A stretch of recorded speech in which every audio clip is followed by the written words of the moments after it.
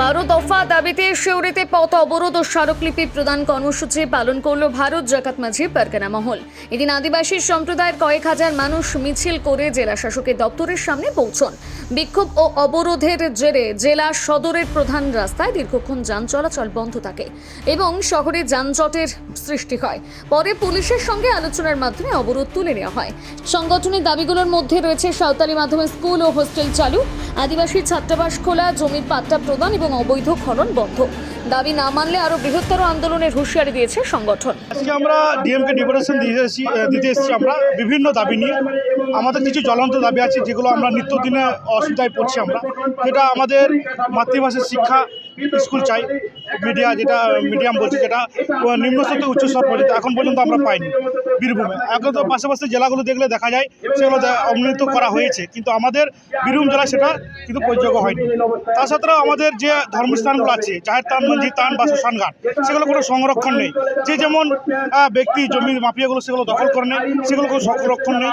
যে বিভিন্ন সময়ে আমরা আদিবাসী ভাইরা বিভিন্ন সমস্যা এটা পড়ছি, সেই জন্য বিভিন্ন দাবি আমাদের দিয়ে আজকে ডিএমের কাছে এসেছি আমরা। আমাদের জাতীয় যে অস্ত্র থাকে, যেমন আমরা তো যদি আদিবাসী মানুষ, আমরা জঙ্গলে বা যেখান থেকে এখন বাস্তবিত হয়েছি, কিন্তু আমাদের জাতীয়ারি যেটা সপা বলছে মানে অস্ত্র, আমাদের যে তীরধনুক, সেটা আমাদের সঙ্গেই থাকে।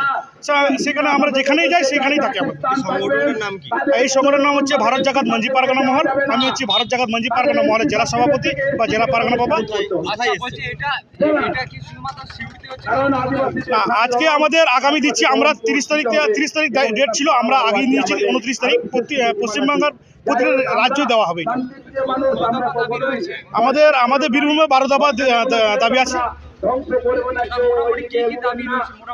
মোটামুটি আমি তো বল 1 নম্বরে যেমন আছে আমাদের প্রথম স্তর থেকে উচ্চ স্তর পর্যন্ত শিক্ষা, যে আমাদের অলচিকির মাধ্যমে চালু করতে হবে, সাঁওতাল মিডিয়াম আর কি।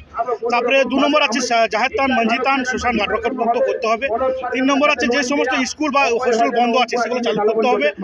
আর আমাদের যে ভূমিহীন আদিবাসীরা ফরেস্ট ল্যান্ডে বাস করে, তাদেরকে পাট্টা নেই, তাদেরকে পাট্টা দিতে হবে। আর কিছু জায়গা মাফিয়ারা দখল করে নিচ্ছে, সেই জায়গাগুলোকে পুনরুদ্ধার করে দিতে হবে। একটু আগে দেখা গেল আপনাদেরকে রাস্তা অবরোধ করতে, কারণ ওখানে প্রশাসনের একটা গাফিলতি। আমরা আগামী বলে দিয়েছিলাম আমরা শান্তিপূর্ণ মানুষ, আমরা এক ধারে যাচ্ছি, কোনো বাইক আরও যেন সামনের দিকতে না আসে, কারণ মানুষ বিভ্রান্ত হতেই পারে না, এবার কোনো কিছু নেই। কিন্তু এমনভাবে বাইক ছুটে এলো, কিছুটা লোককে আমাদের মহিলা উপরে আছড়ে পড়তো, সেই আছড়ে পড়াতে সে বেঁচে গেছে, কিন্তু আমাদের প্রতিনিধিগুলো তাকে সরাতে গিয়ে একটু ধাক্কা দিতে হয়। প্রশাসনকে আমরা গালাগালাজ করছি, এ থেকে অসুবিধার কিছু নয়, কারণ বারবার বলা সত্ত্বেও ওনারা ঠিকমতো কাজ করেন।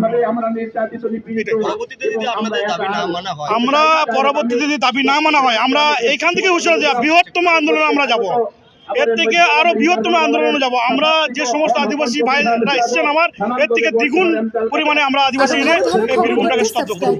বাংলা হান্টের ইউটিউব চ্যানেল। বাংলা হান্টের আরো খবর দেখতে নজর রাখুন।